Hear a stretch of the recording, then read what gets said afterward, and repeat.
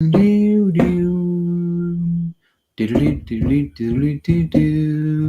sorry.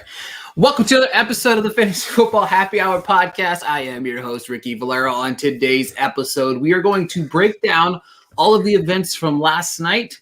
We had the opening kickoff of the NFL season, which is so very exciting. The Bucs took on the Packers. The Bucs took on the Cowboys last night. We're going to take a look ahead at the Week 1 slate. Some of Fox's favorite picks of the week, and then we've got a couple hot takes for the season. I've got a couple of bets and some daily fantasy plays that I want to go over. And then, of course, at the end of the show, we'll have our little bit of a movie corner. As always, I'm joined by my partner here, Mr. Matthew Fox. How are you, sir? I feel like I kind of set you up to fail there, talking about how last night's game was great. At least we didn't get a Green Bay Chicago 10-3. That's why you were thinking about the Packers. I think so, man. I don't even know.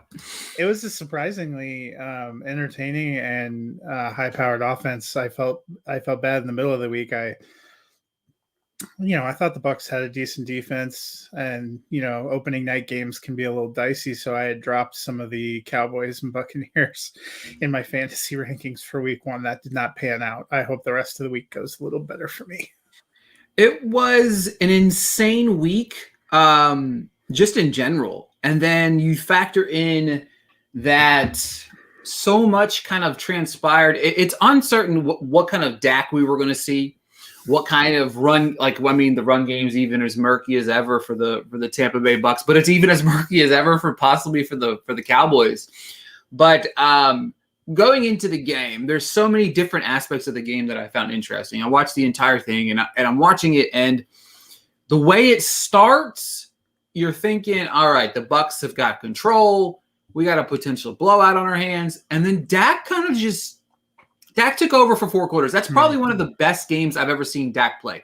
Did he make a couple of just okay mistakes? But yes, you watch the game. He's not going to be able to throw the ball 60 times and throw the ball perfectly 60 times. So for me, it was interesting to kind of watch Dak. And when you watch that game, that's why they paid Dak Prescott 100%, because he went out there and balled.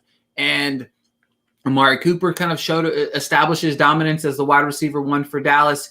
You had CeeDee Lamb, who I feel like should have probably had about 40, maybe 50 more yards on his resume for the week. Well, he would have if he caught that one over the middle instead of popping it up for an interception. Exactly. And that's the thing. Like there was 3 interceptions, I think, by Brady in the game. 2 of them, no, was it 3? 2 interceptions. Yeah, I think it was 2 interceptions, 2 fumbles. Yeah, the fumbles. That's what it was, the fumbles. So you had the 2 interceptions from Brady. One really wasn't his fault. It was the one that bounced out of Fournette's hand right after Ronald Jones put it on the ground. And then we had the one at the end of the half, which really was just a toss-up and pray kind of scenario. But to dissect the whole, I think Cowboys are set. But as I mentioned on our podcast, when we made our predictions, I said my biggest concern with the Dallas Cowboys was going to be Mike McCarthy. And I understand the offensive pass interference that we'll discuss in just a few minutes. That was it offensive pass interference? Who knows? We will never know. It was. But we know. The thing about it is there were several missed calls throughout the game, and that's just that's what the life of the referee is. But to say they lost the game because that offensive pass interference is absurd. First off, if you get down to the 3-yard line and you're facing a team with a high-powered offense, you do not kick a field goal. You don't. When you have the ball under 2 minutes inside the 30-yard line, why do you automatically get conservative and then just decide, we're going to kick the field goal and give Tom Brady 1:30 to go down the field and do what Tom Brady has done 1 trillion times? Mike McCarthy is the reason why they lost that football game last night. Fox, what was your thoughts on the game as a whole? Yeah, so there's a few things. First, we'll go to it's Week 1. There's no point in having massive overreactions. I did not think Ezekiel Elliott was going to have a great game. The Tampa Bay defense may not have an incredible secondary, but they were incredible against the run last year. And I think Dallas, missing guard Zach Martin, knowing they weren't going to be at full strength, facing that teeth of that defense, which is the front seven, did a different game plan. Zeke had a couple of opportunities that maybe he didn't make the most of. I want to see him a few more weeks before I panic. Same thing kind of with Mike Evans. Evans, maybe there was a couple balls he should have got that he didn't, and it looks bad because AB had a huge game, Gronk had a huge game, Godwin had a huge game. It's going to happen. They have so many weapons. They're going to rotate around. What was confirmed for me that I was already worried about is the Tampa Bay backfield. That looks like it's going to be continuously a mess. Neither of those backs was great, but Ronald Jones probably is going to be punished isn't the right word, but lose some opportunities after that fumble, even though I don't think that fumble was totally his fault. That was a really good defensive play, punching it out the way 100%. they did. But those kind of things happen. What I was encouraged about is Dallas's defense was a rumor last year. Dan Quinn comes in. He's got a lot of young players, a lot of new players, and opening night in Tampa Bay, you're facing a loaded veteran offense that has some of the best receivers and the best quarterback to ever play the game. And they weren't perfect, but they forced a lot of turnovers, which was really good, I thought. And they kept Dallas in the game. They didn't get blown out. They didn't let it get away from them. I think the 2020 Dallas defense, that game's like 60-20. By the way everyone was playing. They look like they're going to be a lot better. I think they're going to be better as they go through the season. And as the announcers pointed out last night, Dallas has a fairly soft schedule. They don't play another team that was in the playoffs last year until week 11. But two things troubling me. First, Greg Zuerlein, he used to be one of the best kickers in the game. He wasn't incredible last year. I know they said he had off-season surgery, so maybe that's part of it. But he did not give me a great sense of confidence. He was shanking kicks. Even a couple that he made were very tight, and those can be the difference in some of these tight, close games. So that's something to watch. But I do agree with Mike McCarthy a few times too conservative, trying to go for a 60-yard field goal at the half. It didn't end up biting them, but that seemed like a risk, an unnecessary risk, I'll say. Kicking a field goal when you were on the 3 down there seemed like a real unnecessary and dumb thing to go for it. The way your defense is playing, having turned them over so much, you want them to be pinned inside the 3 because, maybe you get a stop, maybe you get a turnover in plus territory.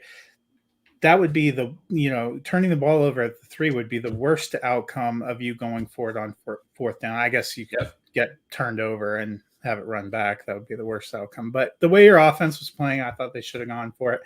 And I do agree, the game situation, you even heard Michelson Collinsworth, if you were watching it, talking about that last drive. Collinsworth basically said, I'm not playing for a field goal here.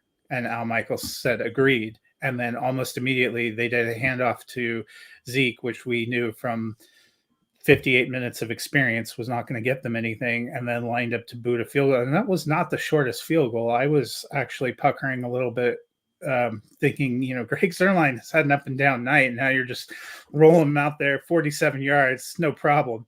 It's not that he doesn't have the leg, but he seemed like he was struggling a little with accuracy. He did nail that kick, so maybe that'll give him some confidence, but you couldn't be surprised that Brady was able to bring them back down. I had always thought the Bucs were going to win. I thought it was going to be close.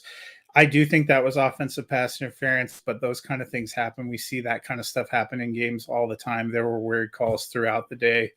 I think Dallas is going to get better. I was impressed by their showing last night. A lot of people thought they were going to get blown out, and they did not.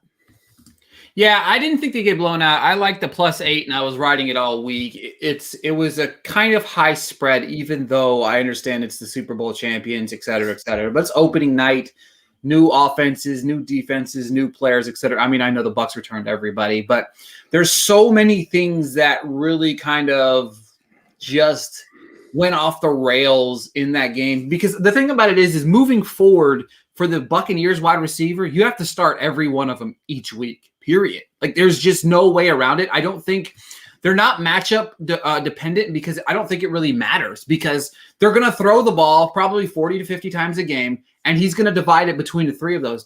But the Brown resurgence does look legit. And people forget that Antonio Brown is one of the greatest route runners we've ever seen. And he's one of the best receivers that we've ever seen play this game. And he's like their fourth option. Exactly. And that's crazy because I feel like, and to be honest with you, I do think that he is the best receiver on the team as well. He's the best route runner, and he's got great hands. And we saw Godwin on that deep pass, which was a beautiful placed ball by Brady, and Godwin just put it on the ground. And I know Brown has his issues too, but the thing about it is I think that's the biggest cause of concern going forward. If you own any of the three of those guys, you have to start them weekly. And you might end up weeks where you have like Evans, where you get 6 or 7 points, but at the end of the day, it's all forced to go. So Gronk, I don't really know what to do with him. I mean, and I was going to say those were probably my biggest misses. I mentioned to you last night. I was nervous a little bit because they said Godwin was a little banged up going in. So oh my God! Him out of a couple lineups. Right. And I wish I had the Stones. There was a couple places where I was strongly considering playing AB. Fortunately, I think in 2 or all 3 of my best ball teams, I have AB, so I didn't have to make that lineup decision. I'm going to get bailed out there, but I wish there was a couple leagues I almost started them, and I was like, nah, it's probably not going to be a super high scoring game. And as soon as it started, I was like, dang it, I should have just started all my Bucs and started all my Cowboys. Fortunately for me, I just remembered the place that I switched Godwin out of the lineup, I put Amari Cooper in instead. So, oh yeah, that's a good. Could have been worse. That's a good. One more thing on the Bucs game, real quick here. The tight end situation. Schultz looks like the man, and I figured he would be. I have a lot of Schultz. Yeah. Last night he ended up with 10 points versus Jarwin's 5. He did have 6 targets, caught all 6 for 45. Jarwin did still have 4 targets. And the thing about it is Schultz, if Gallup is out any period of time, Schultz is going to skyrocket up a little bit. I think Cedric Wilson's another one that we can look at too, because he did end up with 3 catches. But at some point in time, Tony Pollard might be in a conversation as a flex play in certain weeks, because he looks like he's the guy that's going to play when they're running a hurry up offense, which blows my mind and that's one more thing I want to talk about before we over go crazy over Zeke. He had the one run where he broke off, looked really good. Okay. And I think the big problem that we had in this game is obviously with the game was not far out of reach to have Prescott throw 58 times. Okay. They never gave Zeke a chance to really get going. He got sporadic carries. First off, he only had 11 carries in the game. He had sporadic carries throughout the entirety of the game. There was stretch of runs where we didn't even see them run the ball for almost an entire drive. And then when they did, it's like, oh, hey, here's the handoff. You know what I mean? It was like Zeke was on the field a lot last night. He just didn't get the targets. He didn't get. Yeah, they said 82% of the snaps. He got 2 targets and 11. So he touched the ball 13 times last night for a total of 39 yards. I'm not worried about Zeke yet. I don't think there's anything to worry about. You're right about the Bucs having a good run defense, and maybe that was why McCarthy kind of tried to, throw the ball a little bit more. But I just think that it was, even if you watch the Bucs opened up their passing attack a little bit because they ran the ball not super efficiently, but they get chunk yards. 4 or 5 here, 4 or 5 there, 4 or 5 there, 10 here. You know what I mean? You have to be able to run the football in order to win, but they didn't. And with Zeke, I'm not worried about Zeke at all. So, yeah, I feel like that was a tactical decision by Kellen Moore. Mm-hmm. It seemed like that was his. We're playing a brutal front. We saw what these guys did to Patrick Mahomes in the Super Bowl. We're missing our starting guard.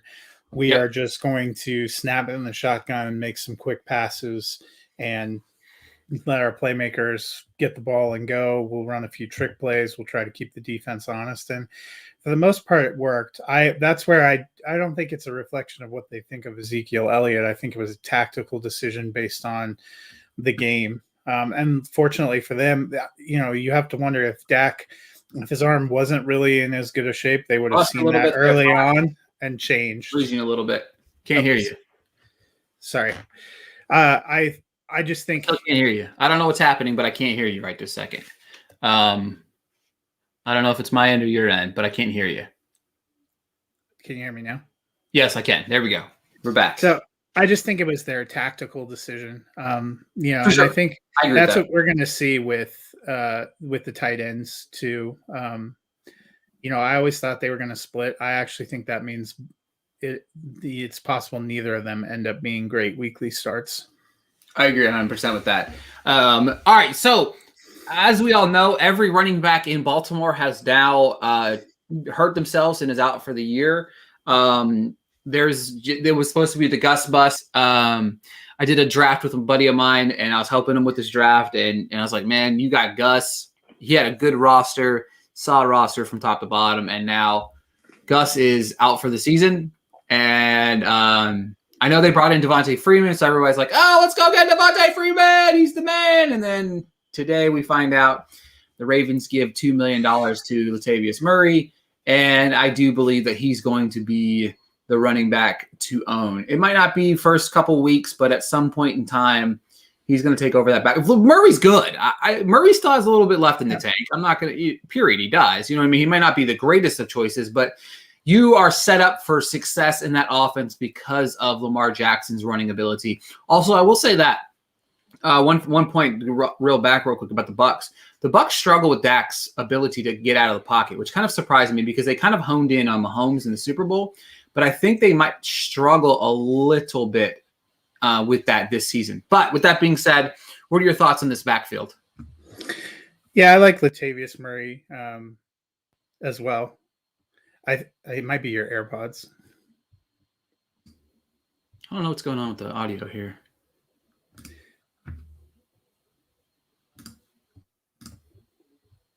There we go. I can hear you. Okay. I think Latavius Murray is probably the guy that ends up there. They're probably going to use Tyson Williams. Week 1 is going to be more of a question mark. Le'Veon Bell signed there too. I know a lot of people were bullish. I like him a little bit more than Devonta Freeman. Both of Bell and Freeman are on the practice squad, so it's going to be interesting. One of them will probably get elevated. I think it's going to end up being Bell for week 1. I don't know if Latavius Murray is going to be ready for week 1. He just signed today, and I'm not sure with changing teams what all they have to do with the COVID protocol. The Ravens don't play till Monday night, so it's possible he's available, but I think he's probably more of a week 2 option. I expect mostly in this game against the Raiders, it's going to be Lamar Jackson maybe trying to throw more, but also a lot of Tyson Williams.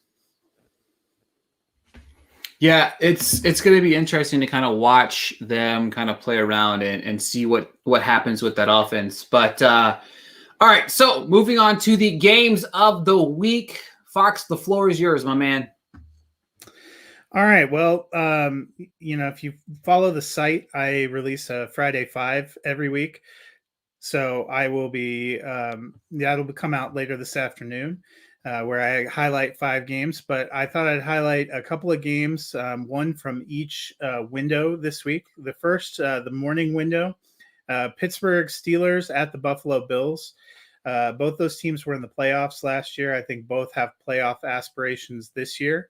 I think the Bills probably end up being the better of those teams. That's the team that I'm picking to win this game. But I think that could be a fun offensive matchup. We're going to get to see Najee Harris. We're going to get to see Diggs and Josh Allen. So I think that's going to be pretty fun.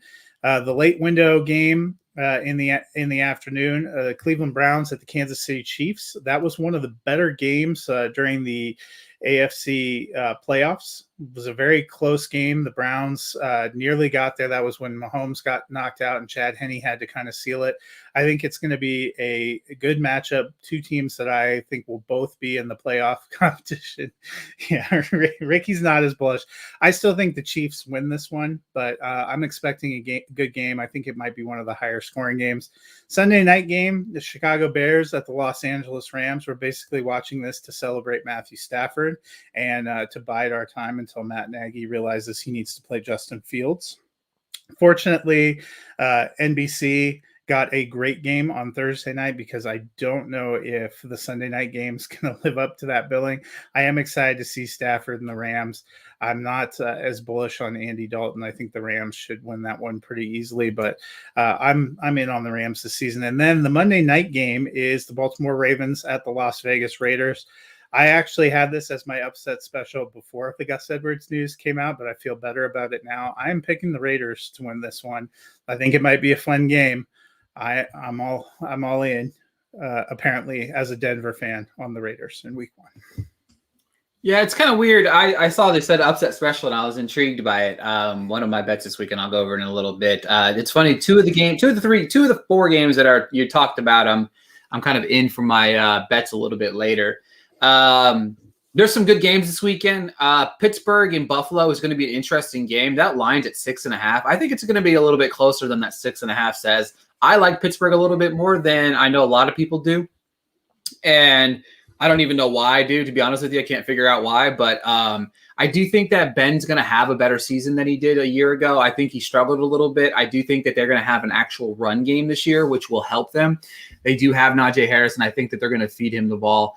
But with that being said, we're going to transition over to our hot takes for the season. I'm going to kick off with one of mine since Fox just got done talking. But this one's I really wanted to go like super hot, and Fox went super hot with at least 2 to 3 of his, because one of them I really like because I agree with them 100%, and the other one I kind of like all 3 of his. But the first one I'm going to mention is I do believe that Kellen Mond at some point this season will start for the Minnesota Vikings, and I think that he starts multiple games, whether that's due to Cousins being pulled because of COVID, whether it's because of injury, or whether it's just because Cousins sucks. I haven't figured out which one it is, but I do think that Kellen Mond is going to start, I'm going to say, at least 4 games for the Minnesota Vikings this year. At least 4. I don't know how good this Vikings team is, but they have talent. I think they really need a quarterback to really open up this offense, right? Because you have Thielen, you have Jefferson, you have Dalvin Cook, you have weapons, but it's like they're always a very conservative team. And the thing about it is you could give Cook his, but at the same time, you could give Cook some passing attack too. You know what I mean? So you're looking at it in multiple facets of this game. I just don't think that – I think they part ways at the end of the year. I think Cousins is playing somewhere else. I don't know if that's as a backup. Maybe he should just probably retire. He's been paid a lot of money not to really do a whole lot. And I like Cousins. I think that he's a good game manager, but he's not able to take this Vikings team to the next level. He just can't do it. So I think Kellen Mond, again, at some point, plays at least 4 games this year, which I don't think there'll be 4 good games either, because I don't think Kellen Mond's very good either. But that's beside the point. That's kind of what you got in Minnesota, guys. So deal with that as it may be. So, Fox, hit me with a couple of your hot takes here. Yeah, I thought I was low on the Vikings at 7 and 10, but I have a friend who is in the Minnesota area, who the Vikings are his team. He said he thinks they finish in last place below Detroit in that division. So I think there's probably just a real negative energy in that town that you're picking up on. My first hot take, I know, I think the NFC East has 2 good teams and 2 teams that exist. And so my first hot take, I do not think either Jalen Hurts or Daniel Jones is a starter in the NFL in 2022. I know a lot of people are riding that big year for Jalen Hurts, top 10 fantasy quarterback. I have not bought that all off season. And I actually think, the same way you think Kellen Mond ends up getting run in Minnesota, I think at some point we see Captain Jorts, Gardner Minshew, start a game in Philadelphia. I think Hurts is going to struggle coming in. Coaching change, a lot of reasons, but I don't think he's it. I don't think Daniel Jones is it. They've put all the weapons around Jones where if he doesn't succeed, they know they have to do something else, and I think that's what's going to happen. Yeah, and they have that extra pick next year that's going to be really, really, really helpful for them as well. So I think that's going to help them. I think they could position themselves to get one of these quarterbacks, which I think next weekend I'm going to reveal some since one of us does the podcast notes for each week, and that's not me. So I'll make sure to put in my notes this week that I want to go. I'm going to reveal my top 5 quarterbacks for the upcoming NFL draft next week. So I'm pretty excited about that. I'll be adding that to my weekly, semi-weekly on here on the show. I still love talking about college football. I know I'm not doing the W Delight anymore, but there's still some guys that I like. I'll still do some rankings and stuff like that. I'm probably going to let the first couple weeks of the season kind of play out and kind of go from there. But hey, and the good news is I've studied enough that if you name 5 players that are the top of the position, I might actually know where they play. Keaton Slovis is my quarterback. USC. There we go, baby. That's all you need to know. All fans out there, all you need to know is about Keaton Slovis because he is my favorite quarterback in the upcoming draft. Looked good in week 1, but I'll kind of dissect that a little bit more in the future. Another team that could be looking for a quarterback next year. But speaking of which, I think the NL, what is this, baseball? Could be. The NFC East could be looking at 3 brand new quarterbacks starting in that division next year. I really do. Yeah. I think with the football team, I do think that Fitzpatrick is a Band-Aid. Whether they do good or not, it doesn't matter. I don't know how many years that guy's got left in tank. But another team that could be looking for a quarterback next year, the New Orleans Saints. I got them finishing in last place. I understand what I'm saying. It's a bold hot take. I told you a couple weeks ago, I love the betting to under. I just don't buy in Jameis Winston. I don't believe in this offense. It is atrocious. It is atrocious outside of Alvin Kamara. They have no offensive weapons. I love Adam Troutman. I wish I'd get him the ball a lot because I own a lot of Adam Troutman. I realized this weekend when I had to take him out of all of my lineups. With that being said, Saints are not good. Their defense is okay at best. I know the Falcons are there, but I think the Falcons might overachieve a little bit more. They just seem to overachieve way too much, like all the time. And I think that it's going to be within 1 or 2 games. But I think that the Saints finish with maybe 5 or 6 wins, and the Falcons kind of finish in that same ballpark, 5 or 6 wins. So I really do not like the Saints this year at all. All right, so you've got 2 more hot takes for me, Matt. Give them to me. Yeah, I agree with you too that it's going to be tough sledding for Saints quarterbacks. Jameis Winston is actually my quarterback 32 this week. I think the matchup against Green Bay being in Jacksonville for their home game, not great signs for them. My next hot take is, I think I mentioned this when we were talking about playoffs, but my pick for NFL MVP, if you read our site, is Matthew Stafford for the Rams. I was in on Matthew Stafford last year when I picked the Lions to be a surprise playoff team. One of these years, he's going to do it for me, and I think going to a better Rams team is going to be this year. So that may not be as hot of a take, but my last one, and this one is dedicated to John Hamlers, who writes for our site, does the news and noise column. He is big on Le'Veon Bell having a huge year this year. I think it's Latavius Murray. I think Latavius Murray ends up as the Ravens' top running back and ends up in the top 24 for the year. He feels a lot, he succeeded Mark Ingram in New Orleans. Now he's succeeding Mark Ingram in Baltimore, and I think he's going to have a really good year. So, funny thing enough, I just want to let everybody know that if you do write for us, we do not drug test. So, I just want you to know that, yes, somebody did say Le'Veon Bell is going to have a great breakout year. And that just kind of shows you that we do not, in fact, drug test for our writers. He's got a chance. It became real wide open. He was in on Bell before Edwards got hurt, and that looked a lot better for like a day. Yeah, exactly. So, who will start first, Justin Fields or Trey Lance? So I'll take this. We're going to see Lance.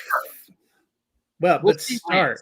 But I think Lance is like a Taysom Hill kind of role for most, if not all, the season. I think they really do like rotating those quarterbacks, much to the dismay of those of us who play fantasy. I think Fields is the unquestioned starter first. I think that happens by October. I actually have him finishing inside my top 24 of quarterbacks for this year. Another one came in, top 10 team PPR for Superflex. Hey, what's up? I completed my Superflex draft. My team is McCaffrey, Josh Allen, Kyle Murray, Swift, Woods, Deontay Johnson, George Kittle. That's a hell of a team. And then the rest of his team is also Javonte Williams, Melvin Gordon. I've seen a lot of people do the pairing of Williams and Gordon on their team, and I like it a lot because I think we're going to see a lot more Gordon than people want to see, even Broncos fans, early on in the season. But at some point, Williams will take over that role because I do think they're going to be putrid. I really do. I think the Broncos are going to be terrible this year. I'm sorry, Fox. I'm going to keep saying this until I'm blue in the face, but Teddy Bridgewater sucks. And I just don't buy that offense at all. So, I like this guy's team a lot. I wish I had his questions in the. Yeah, I was getting there. Okay. Should I drop Murray and pick up Jamal Williams to be safe? Another running back out there, McKissick and Fournette, or should I pick a wide receiver? I'd keep Murray. I really would. I really think that. I'm not really sure about Jamal Williams. I don't know how that's going to look. I think Swift's going to be the guy, and you have Swift. I really don't think that you have to double down there at all. I mean, you're obviously running the risk of a potential struggle between if we really have a hard-headed coach up in Detroit. You know what I mean? So it's a struggle there. What are your thoughts on his potential transactions there? Yeah, I'm keeping Latavius Murray. Obviously, my hot take there was that I think he finishes as the top back for the Ravens. I think he can get up in the top 24. Jamal Williams, unless DeAndre Swift actually turns out to be a murderer, thank you, Reddit, or gets majorly injured, I think Swift is going to be a top 20 back. And Jamal Williams, was always kind of middle to low 30s for Green Bay. I think he has that same kind of complementary role that he did to Aaron Jones. So I would rather have Latavius Murray. I think there's a lot of upside. Baltimore wants to run. If they can find somebody whose ACL can hold out long enough to get into an actual game, there's going to be good value there. Yeah, I think so too. I think Murray's going to be, and Murray's the most talented back of what they have. You know what I mean? I really do think that he has potential upside there. So I would stay pat right now. I would also say, since you are in a 10-team league, there's going to be some decent players on the waivers consistently. That happens. It's bound to happen, because even if you're 15 people deep or 15 team deep, I'm not going to do the math off the top of my head, but you have 15 players in your roster. That's only 150 players. So there's going to be good teams and good players on the waivers consistently. You just have to play them right. I would stay pat right now. We got another question coming in. In a one quarterback league, Stafford, Fields, and Lance. A quick question would be: I would assume this is a redraft league, because if you're dropping one of those guys. So, should I drop one of them for Michael Carter or Tyson Williams? My running backs are Aaron Jones, J-Rob, Rojo. Rojo's not a running back anymore. He's abolished from fantasy forever. I was going to say I might drop Rojo to go get Tyson Williams. Yeah, but I think you're going to have to wait until that, unless your league's a little bit different. I would say that transaction might wait until the following week. But I would definitely consider dropping Lance, I believe, in favor of, or you could do Rojo. Or you could do Rojo. One of those two is where I would go. I go Lance or Rojo for Tyson. I really loved Michael Carter, but it's become unclear what his role is in the Jets' backfield right now, and it's also unclear to me if the Jets are going to be a robust offense. So I need a couple of weeks. I'm not making a big move in redraft to get him. I still think he's a great stash and a great piece in Dynasty, but I had him barely in my top 60 for this week in running backs, and that's more probably wishful thinking than practical thinking. Yeah, I do. I agree with that 100%. I'm not 100% sure. And he just said, I can't drop Rojo. Yeah, you can't drop Rojo yet. You might have to wait and figure out, kind of see how the weekend plays out there for you before you do. Yeah, second in the waiver wire. I would also just say, especially heading into week 1, we don't know who's going to get injured Sunday. We don't know. And you don't want to lose that second on the waiver spot right now.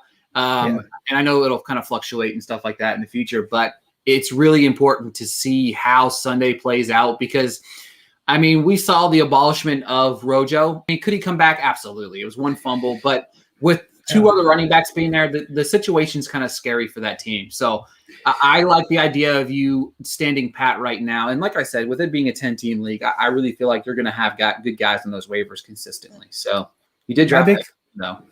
My big thing is week 1 of the NFL season is the most difficult to handicap. It's the most difficult to rank, because mostly, especially now, almost all these teams are protecting and not playing any of their stars. A lot of the teams, you don't get any sense of how these new pieces are going to fit together.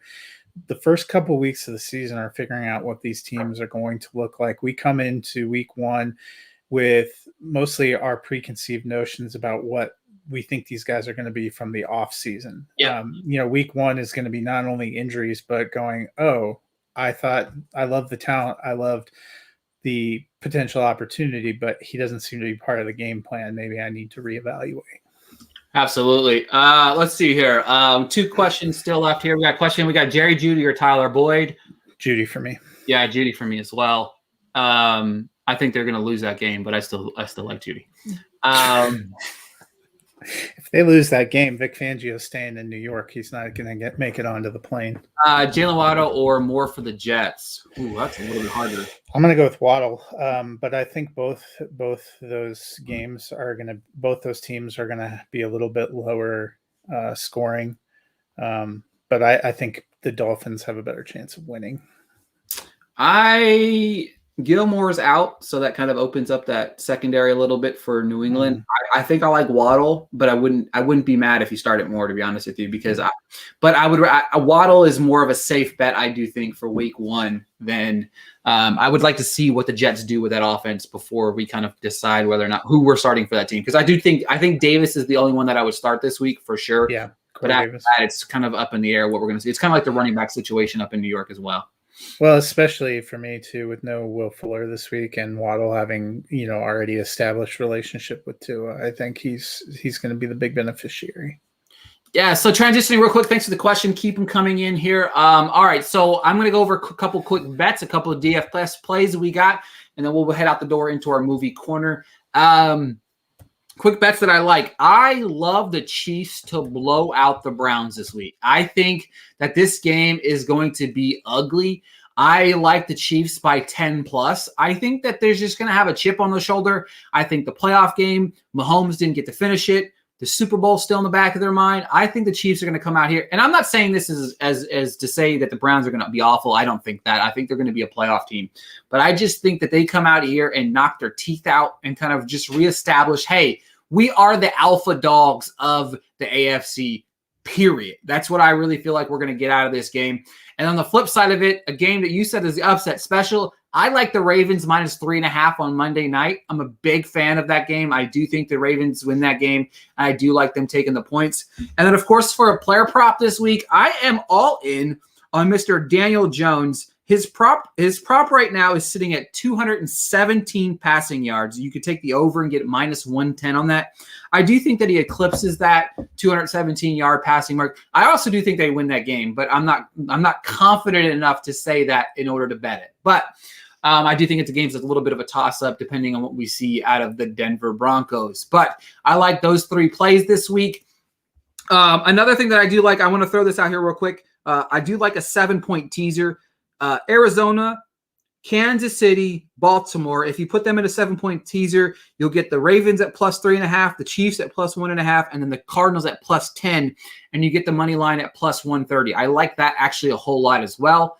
And then for DFS plays for the week, Kyle Pitts is 4,400, smash play for me. Chase Edmonds, 4,600.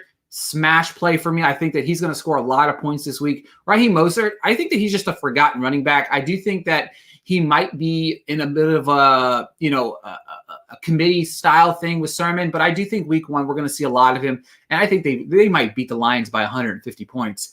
And then, of course, Stephon Diggs, yes, he's a little bit higher price, but I'm locking him in everywhere I can. They're going to throw the football, and when they throw the football, it's going to go to Diggs. So those are my 4 DFS plays. Those are my 3 and 1 parlay for my bets that I like. And each week, when we come back here and we talk about when I give you my bets in DFS Corner, I'm going to reevaluate how I did, and I'm going to keep track throughout the season, kind of give you an idea, so you can hold me accountable if you'd like. And then, of course, we'll go from there. But that's it for the NFL portion of our show. If you have any questions, make sure to follow Mr. Fox on Twitter at Nighthawk7734. Give myself a follow at Ricky Valero _. Make sure to check out before this weekend. Check out all the previews that our entire team did over at the Music City Drive-In. We've got weekly columns coming in each and every week from all of our writers. Our team is pumping out as much content as possible right now, and I love it a whole lot. Football season's back, and we couldn't be more excited. which, that being said, another passion and a love for Mr. Fox and I is movies. So we get to bore you with some movie talk before we go, and we'll talk about the number one movie of the weekend, the week, and probably this coming weekend as well. And that's Shang-Chi, which blew box office numbers, which was amazing. So happy for this film. So happy for everybody a part of it. It blew it out of the water so much. Venom was like, you know what? We're releasing our movie on October 1st now. I know. They pulled back to January and all of a sudden just jumped up to the beginning of October. Exactly. And so right out the gate, I will say the first 15 minutes of this movie just did not really flow for me a whole lot. And I was like, man, I do not see whatever. And then it just kind of takes off. And it really kind of starts on the bus. The bus scene is probably one of my favorite. And it's funny that we talk about this because the North American Film Critic Group, the thing that Matthew Fox and Amanda and I founded together, I really feel like that scene's going to be talked about when it comes time for award season. But I really do love that scene. I think it was creative. It was innovative. The way that they also capitalized on modern technology, the way they did with the guy filming it on there, I thought the entire thing was fantastic. The movie as a whole, really good. Really good. I feel like it's the best piece of Marvel content we've seen this year.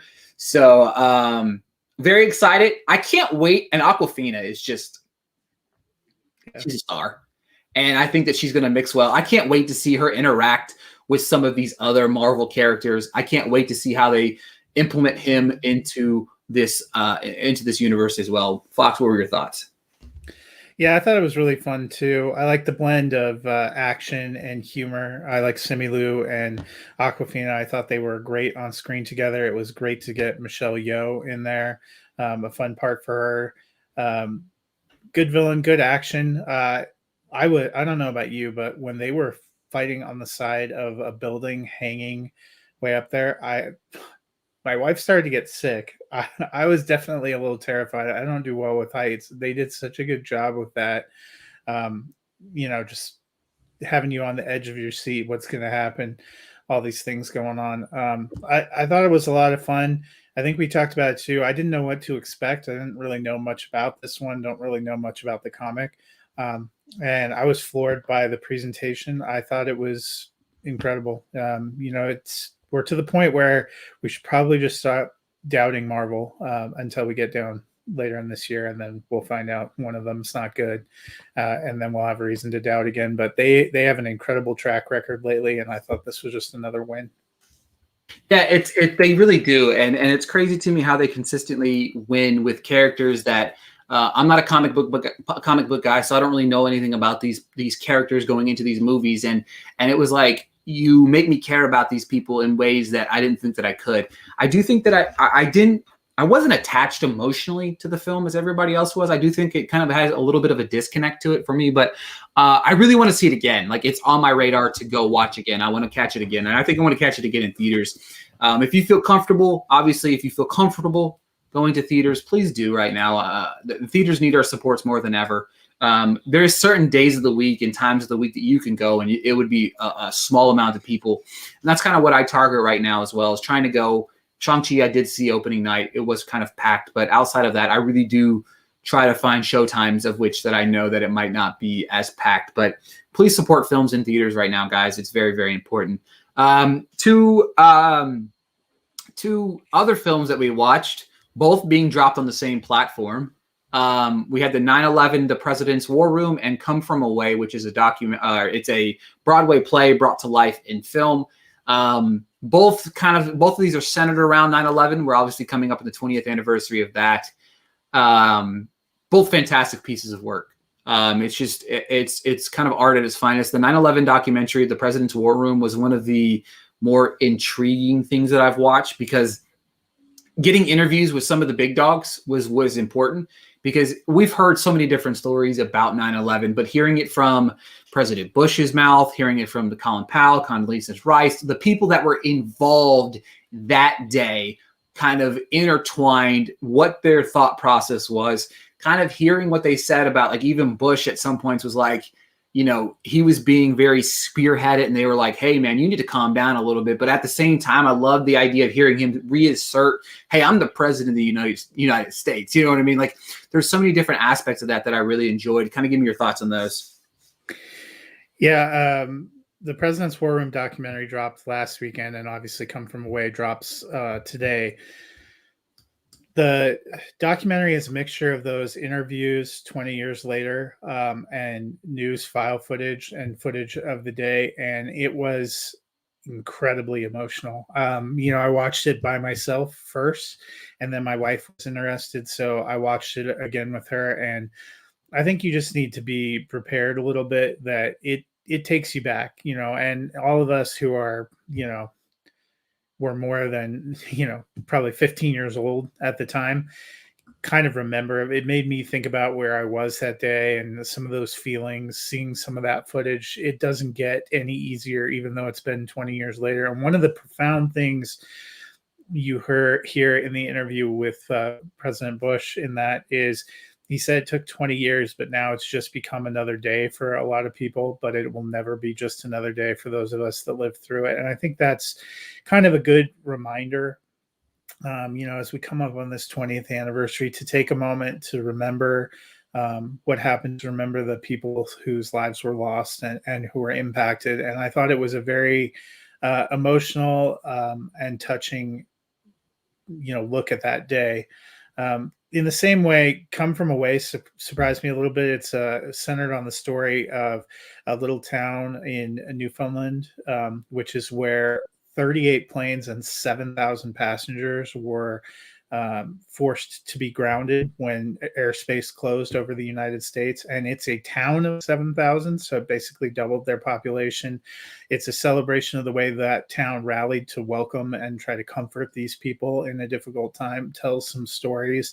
It's based on real stories of real people. If you watch all the way through to the end, after the credits begin, they actually show you some pictures of the real people who are the inspiration for some of these stories that are told.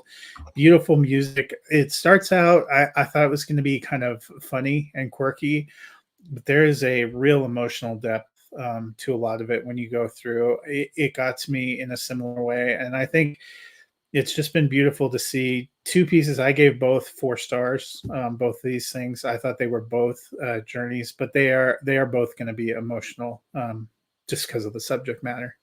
Yeah, when I was talking to the creators of Come From Away, and the interview can be found on the same YouTube channel that you're listening to this on, is when they said they initially created it and they first showed it to everybody, they're like, this is not supposed to be funny. And it's like, and it's not a funny story, but at the same time, like how this entire culture and environment kind of came together and really kind of honed in was beautiful. It's a beautiful story. It made me want to learn more about the story after the story. It's a story that I knew no clue about going into. And I think that's another reason why I was really impressed with the journey, because it's beautiful. It's heartwarming. It's all those things wrapped up in one. So check it out. It's on Apple TV Plus right now. Highly recommend checking out both these things. Apple is the best streaming platform. I'm just going to say, bar none. They have 3 of my favorite shows from the year, and we haven't even gotten the morning show yet. They have my favorite film of the year, Coda. I watched the entire season 2 of Morning Show already. Yeah. So, oh man, I can't wait to talk about that. If you're on there, Ted Lasso's episode today gets you all in the feels as well. Yeah. In theaters right now, the Card Counter is in select theaters, not in a lot of theaters. It's out today. Some very skeptical reviews out for it right now. I'm looking forward to checking it out. It's kind of my cup of tea style of movie, whether it's good or not. How did Jessica Chastain review it? Because I think that's the only thing that matters. Man, I was speaking of Jessica Chastain. Next week, The Eyes of Tammy Faye come out, and I'll be watching that very, very soon. And I'll get I'll send my review out next week for that. Malignant. There we go. It comes out this week as well. That's actually dropping on HBO Max. Rave reviews early on for the film. I'm excited to check it out. I probably wish I would have probably went and saw it in theaters maybe, but I'll probably watch it on HBO Max. That's coming out this weekend. And Queen Pins is out, limited release. Another thing that I'm watching currently right now, I can't say a whole lot about, is I'm watching that Midnight Mass that's coming out with Mike Flanagan, new TV show coming out on Netflix. He did the House on the Hunting Hill ones that were on Netflix. I wasn't a big fan of those. This one is definitely different, unique, touches on religion in an interesting way as well. I don't know what's going on recently with a lot of these shows and movies that we've been watching, but there's a lot of religion involved. I don't know if that's a good or bad thing, but it's a thing anyway. It's a thing. Yeah, I think Kate drops on Netflix this weekend. I saw it a while ago. It's okay. But yeah, if you want to watch anything this weekend, watch Come From Away, the 9/11 documentary, binge watch Ted Lasso, catch up on season 1 of The Morning Show, binge watch that while you're at it, because that's as good as you're going to get right now. Fox, any parting thoughts for us? No, I'm excited. Big, it's a big streaming weekend. There's four streaming film releases, that we touched on, Kate. There's Amazon Prime has Voyeurs too. Oh yeah, that's on there, and that can all be your warm up to. We got a good slate of college games tomorrow, and then the NFL is back. 14 games from morning to night on depending on your time zone, or early afternoon tonight if you're where Ricky lives. And if you've made it this far into the show, real quick before I go, I will have interviews with the cast of Everybody's Talking About Jamie dropping on Sunday night for the Music City Drive-In podcast for this week. I'll have a little bit of an article popping up on Monday with that as well. Fantastic conversation with that group. And check out the film next week on Friday. I'll be dropping a review of the film. I really, really enjoyed it. It's definitely it's inspirational, unique, especially for that culture. So thanks for tuning in to us. Thanks for the questions. Keep them coming each week. Matthew Fox and I will be here every Friday for a little bit of a happy hour conversation, talking football and movies. And until next time, we'll talk to you guys later.